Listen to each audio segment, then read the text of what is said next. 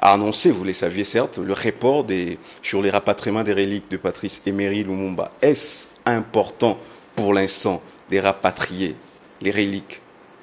Merci beaucoup de cette question qui a sa pertinence. Il faudrait ici signaler que dans la gestion de la Res Publica, il y a des questions qui sont prioritaires et des questions qui sont aussi importantes, mais qui peuvent attendre, comme le président, c'est la seule personne qui juge la nécessité et l'importance. Donc, je crois qu'il y a des questions qui peuvent encore plus attendre. Je crois qu'aujourd'hui, cette question est une question qui coule d'encre et de salive. Rapatrier la dent de Patrice Emery Lumumba, qui est notre compatriote, qui a milité pour tout ce qui va vers la paix en République démocratique du Congo. Je crois que ce n'est pas en soi une très mauvaise chose. Mais il y a des questions qui se posent. Est-ce que, certes, cette dent est celle de Patrice Emery Lumumba? Question mark. Et donc, comme moi, personnellement, je crois que Lumumba est parti dans des conditions très très difficiles, très douloureuses, et qu'aujourd'hui, l'Occident veut marchander avec le nom de cette grande personnalité. Je crois qu'à mon humble avis, il suffirait tout simplement de les commémorer chaque fin, à sa date, comme on le fait tout le temps, et essayer de passer un tout petit peu à côté de cette histoire de la dent qui n'a pas du tout cette véracité. Je ne sais pas ici prouver que cette dent appartient vraiment à Patrice Emery Lumumba. En outre, je crois que l'Occident est en train de vouloir se jouer de nous. Mais qu'à cela ne tienne, la décision du chef de l'État de pouvoir rapatrier, elle était la bonne. Et le report aussi, comme je dis, il juge l'importance et la nécessité. Il y a d'autres questions qui sont plus nécessaires, auxquelles il s'attarde. Et cette question pourra revenir à une autre date. Et puis, il y a également, par rapport à cela toujours, la jeunesse kabyliste crie à la marchandisation de cette affaire. Bon, mais écoutez, il est de droit constitutionnel à tout groupe d'individus reconnu par la Constitution de pouvoir se prononcer devant des questions liées à l'avancement de la République. Cette frange de nos frères sont dans leur droit de pouvoir se prononcer devant cette question-là. Mais je crois qu'il devrait d'abord se poser beaucoup de questions de la gestion de Joseph Kabila, qui était caractérisée par une malléabilité qui ne dit pas son nom, par une précarité. Ils n'ont pas de leçons à donner pour la gestion actuelle. Ils ont fait les 18 ans de traîtrisme, de galères et de tortures. Je crois que le nom de Kabila et ceux qui le suivent, je crois que ce sont des personnes aliénées. Comme je dis souvent, ils ont un syndrome de larbin. Comme qui dirait, touche-moi ce sac, je frappe ton père, et après on frappe le père, tu remets le sac, tu dis merci. Donc Kabila et tout ce qui l'entoure, ils doivent avoir la honte. Donc la foudre doit tomber sur la tête de Kabila et la foudre doit tomber sur la tête de ceux qui l'accompagnent, qui ne comprennent pas qu'ils sont en train d'accompagner jusqu'à preuve du contraire un étranger qui n'a rien apporté en République démocratique du Congo. Ils ont réagi par rapport au budget, peut-être. Bon, il s'avérait que non, le budget est tellement colossal par rapport à ces rapatriements. Mais écoutez, d'autres sources évoqueraient 12 millions. Est-ce important?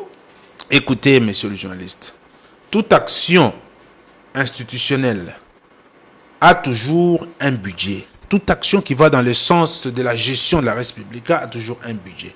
Et comme tout à l'heure j'ai dit que le président juge la nécessité et l'importance, il a jugé qu'il y a d'autres questions qui sont plus prioritaires, qu'il faudrait passer par là. Mais aujourd'hui, parler le langage de la rue, parce qu'il y a Kabila et ses compatriotes aliénés qui disent que, ben voilà, il y a un problème de budget. Combien de budgets de l'État Kabila a dilapidé dans ce pays? Combien de budgets Écoutez, qu'on ne nous rappelle pas le passé, chers journalistes. Un monsieur qui a détourné 32 milliards ou millions de la SNEL, il est remercié comme directeur de cabinet.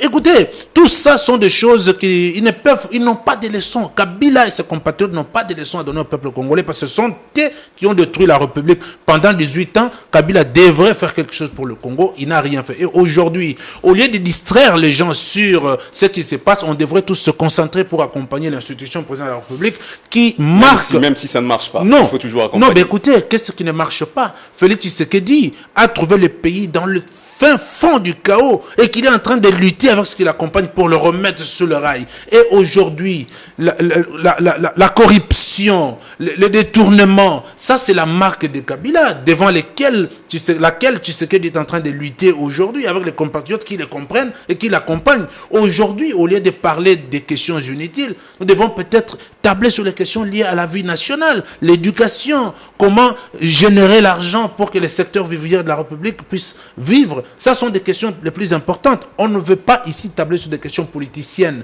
Les budgets, Kabila, ceci, Kabila n'est pas un nom qui peut rester sur les langues de Congolais parce que ce monsieur a détruit pendant 18 ans l'éducation. Je vous rappelle, parce que vous êtes journaliste d'investigation. C'est quand même un président honoraire de la République. Je vous rappelle un Congolais aussi. Je vous rappelle que, à son temps, Kabila a distribué les machettes dans ce pays.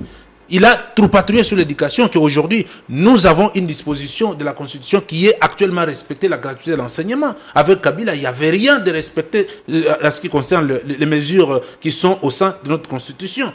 Qu'on ne puisse pas distraire le peuple congolais, qu'on laisse le président de la République travailler, et il a le soutien du peuple congolais parce qu'il a un cœur sensible à la condition humaine. Et ce qu'il est en train de faire, Tshisekedi ne doit pas tout faire seul. Il a marqué la volonté, celle que Kabila n'avait pas marquée à son temps. À chaque temps, les noms de Kabila reviennent.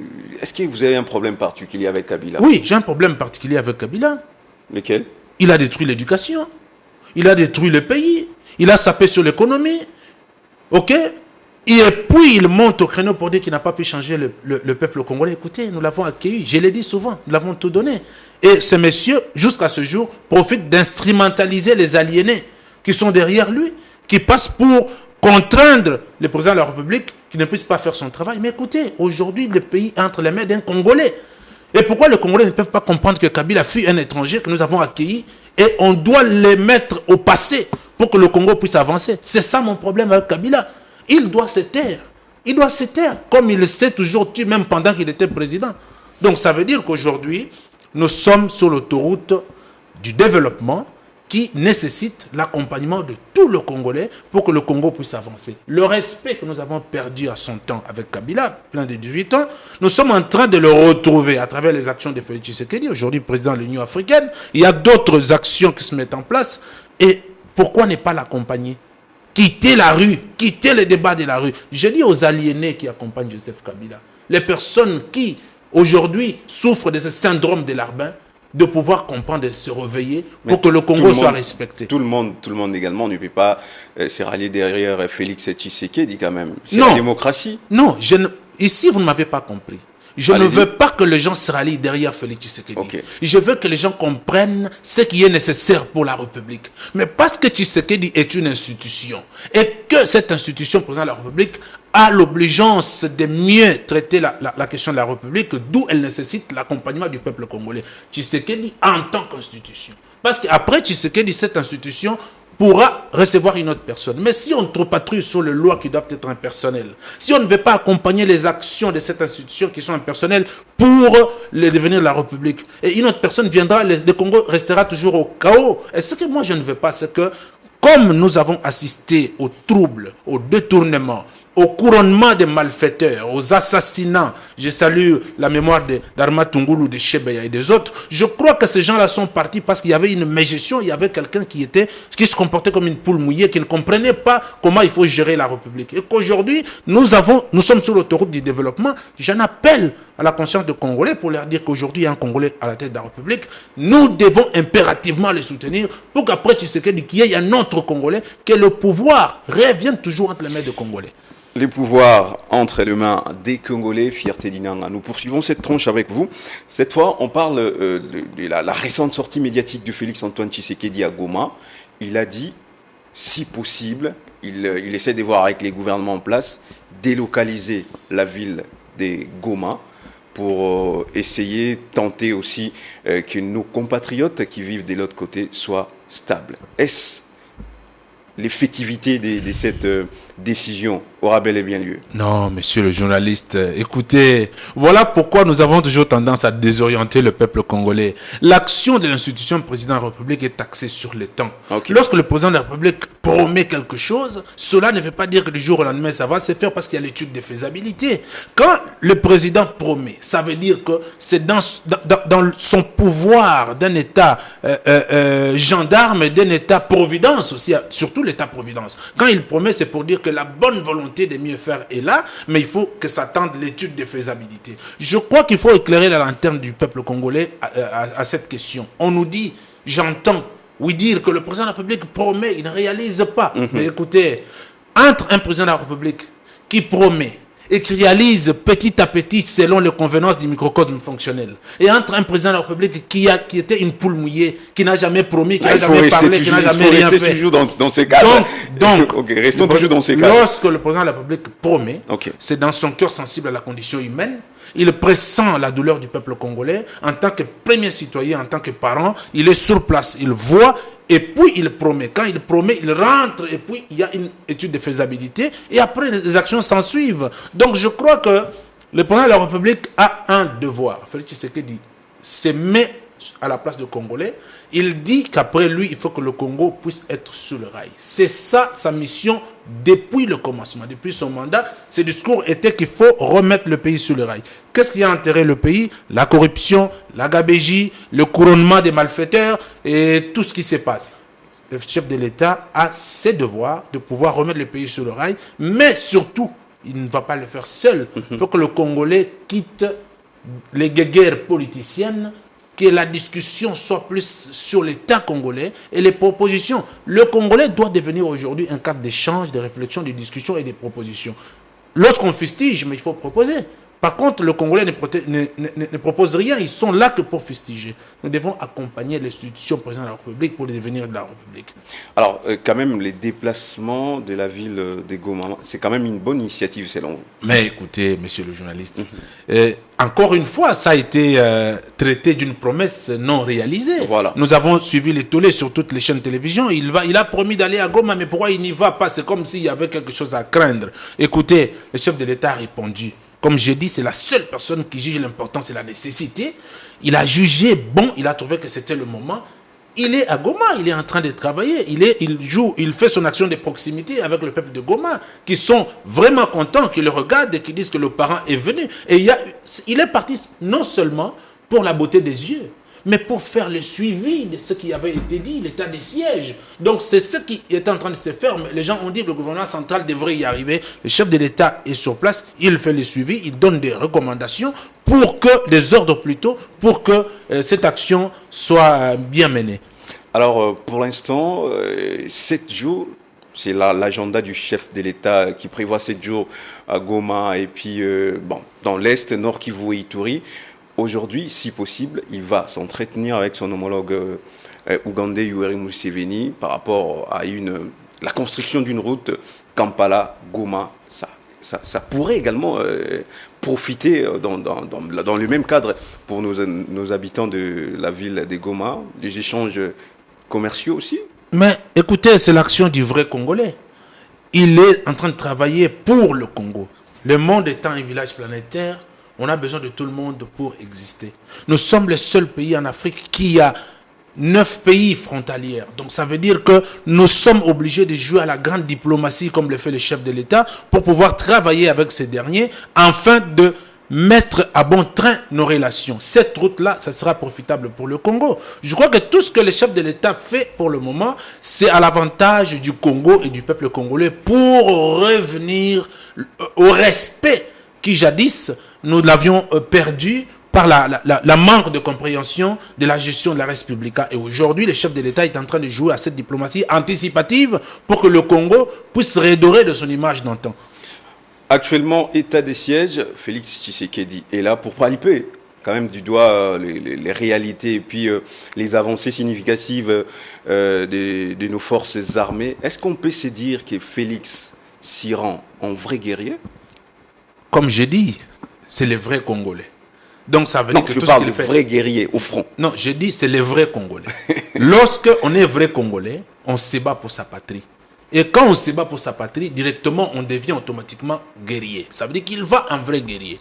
Le Congo, ce qu'on la République a tant souffert, en tant que première institution, en tant que la seule personne qui juge l'importance et la nécessité, il arrive, il regarde ce qu'il y a, ce qu'il faut faire, et il donne des injonctions pour que ça se fasse, pour que le peuple de ce coin puisse retrouver leur fierté, qu'ils puissent se considérer en même temps comme Congolais. Je crois qu'il est de l'honneur des habitants de ce coin et de l'honneur du président de la République de pouvoir faire quelque chose. Parce qu'on dit, lorsque vous faites quelque chose pour nous, sans nous, vous êtes contre nous. Dit-on, le chef de l'État est arrivé pour vivre avec ces gens, les associer à l'action qui va de leur intérêt.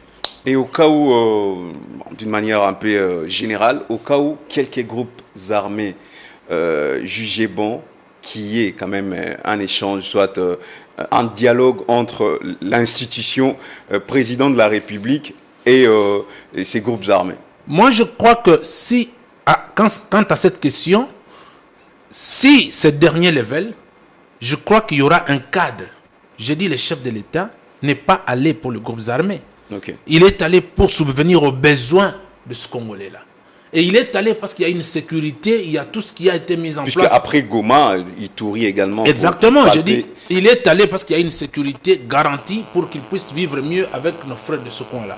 Mais s'il y a cette question qui se pose, comme je dis, le monde étant un village planétaire et qu'on a besoin de tout le monde pour exister, dans le cadre de pouvoir créer et semer la paix dans ce coin de la République, le chef de l'État, en tant que première institution, en tant que garant du bon fonctionnement, aura toujours un cadre approprié. Écoutez, Tshisekedi est un diplomate. Tshisekedi, c'est le premier diplomate congolais. Et il est parmi les présidents d'Afrique qui savent discuter.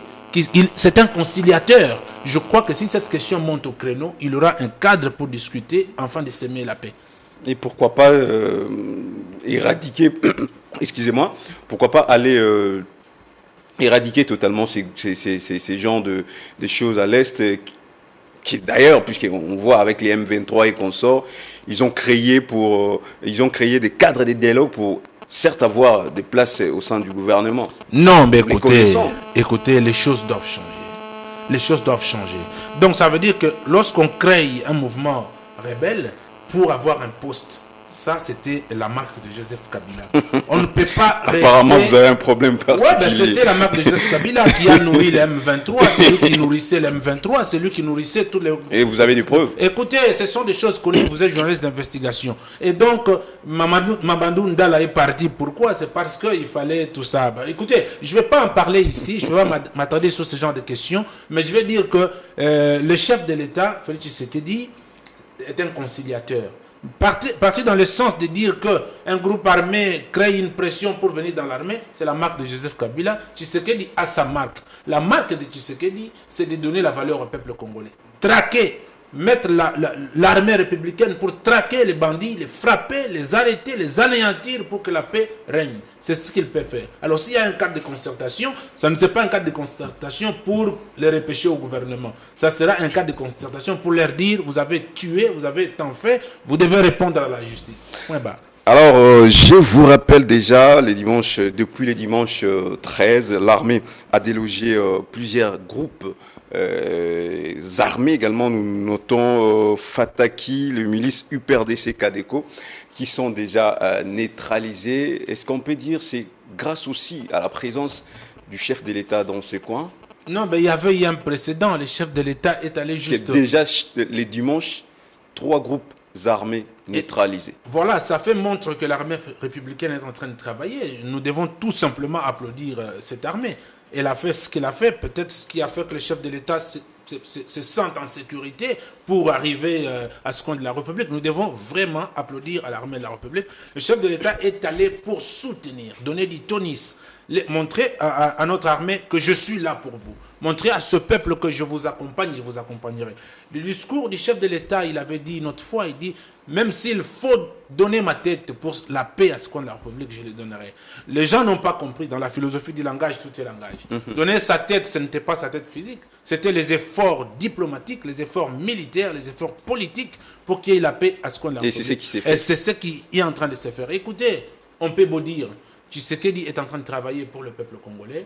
Nous aimerions travailler avec l'âme d'État pour que très prochainement, après ces 2 mandats, parce que en 2023, on va encore aller de l'autre côté, après 2023, qu'un autre président qui va venir, qu'il ait la même faisabilité, qu'il ait l'âme d'État, l'amour de la République, pour que tout se consolide. En dernier mot, on va se séparer avec vous. Certes, le plateau reste toujours ouvert pour vous, pour vos analyses pertinentes, mais avant de se quitter, un dernier mot par rapport à tout ce qu'on venait de dire. Merci beaucoup. Merci de me recevoir parce qu'aujourd'hui, nous devons changer la donne. Les peuples qui nous suivent doivent à tout moment s'habituer d'un langage vrai pour la survie de leur mémoire politique. Parce que nous devons avoir le respect de la mémoire de l'histoire de ce pays. Je peux vous remercier encore une fois et dire, appeler à la conscience du peuple congolais, demander surtout aux députés qui sont au Parlement, si le Congo n'a pas le respect de loi dans ce pays, c'est parce qu'il y a des députés qui ne savent pas pourquoi ils sont là. Je crois qu'ils devraient avoir... Vous attaquez également aux députés. Oui, il y a beaucoup de députés qui ont été nommés. La plupart ont traversé de l'autre côté pour pouvoir servir le peuple congolais. Il y a ceux qui restent dans l'aliénation, qui restent soumis à l'étranger, qui obéissent l'étranger. Je leur dis, ils devaient comprendre que le Congo nous appartient. Nous devons asseoir nos idées pour que le Congo puisse avancer. Et que le peuple congolais à son entièreté puisse comprendre que la politique des dialélismes, des applaudissements, des populismes est déjà à sa fin et que nous aimerions que tout le monde comprenne que l'intérêt de la République par-dessus tout. Et le chef de l'État, là où il a le soutien de Fierté d'Inanga, il est tout le Congolais qui le soutiennent pour le bien de la République. Et je vois une question qui se trame, que la première dame serait sous les tenues militaires et qu'il y a des mauvaises langues qui disent qu'il y a des sacralisations de la tenue militaire. Non, c'est pas la première dame. Voilà, c'est une photo de quelqu'un qu'on a pris. Qu'on arrête de se jouer des émotions de Congolais. Ceux qui font des fake news sont là toujours pour faire ce genre d'action. Ce n'est pas la première dame. Elle ne peut pas faire ça parce qu'elle n'est pas militaire. On s'est renseigné également, c'est un haut cadre des armées. Du côté médecin. Exactement. Et donc, tout le Congolais, nous devons militer, mettre hors état de nuire l'étranger qui est en train de nous ronger. Parce que je l'avais dit l'autre fois, si on laisse la place aux étrangers, demain, Abed Achour dira qu'il doit être gouverneur, président. Merci beaucoup, Fierté d'Inanga. C'était là avec lui. On a débriefé également l'actualité politique de la semaine.